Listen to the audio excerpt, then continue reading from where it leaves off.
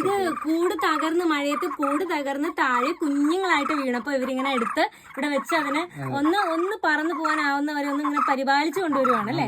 ഇത് മഴ കഴിയുമ്പോ പറത്തി വിടും. അവര് സ്വയം ജീവിക്കാൻ ഇങ്ങനെ കഴിക്കാൻ സമയമാകുമ്പോ പറക്കാനും കൊത്തി പറക്കാനും അത് കാരണം ഇപ്പൊ നമ്മൾ കൊടുക്കുന്നതേ കഴിക്കത്തുള്ളൂ. അതിന് തള്ള ചെയ്യുന്ന ഒരു കൂട്ട് തന്നെ. നമ്മളിപ്പോ വീണ് കഴിഞ്ഞത് താഴെ വീണ് കഴിഞ്ഞാൽ ഇതിനെ മറ്റേ പൂച്ചയോ അല്ലെങ്കിൽ എന്തെങ്കിലും എടുത്തോണ്ട് പോകും. അപ്പൊ ഇത് ഞങ്ങക്ക് പറയാനുള്ളത് എല്ലാം റെഡി ആയിട്ട് പോയിട്ട് വരുമ്പോ തള്ളേന്ന് എന്തൊക്കെ കണ്ടു കഴിയുമ്പോ ഞങ്ങളെ മറന്നു പോയില്ലെന്ന് ഇല്ലയോ. ലേഖയാണ് ചാപ്പാട് കൊടുക്കുന്നത്.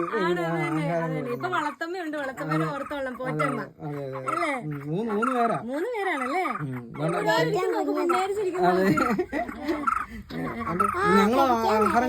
ഞങ്ങൾ ആഹാരം കഴിക്കുമ്പോ ഇവരും അന്നേരം തന്നെ ഇറങ്ങും.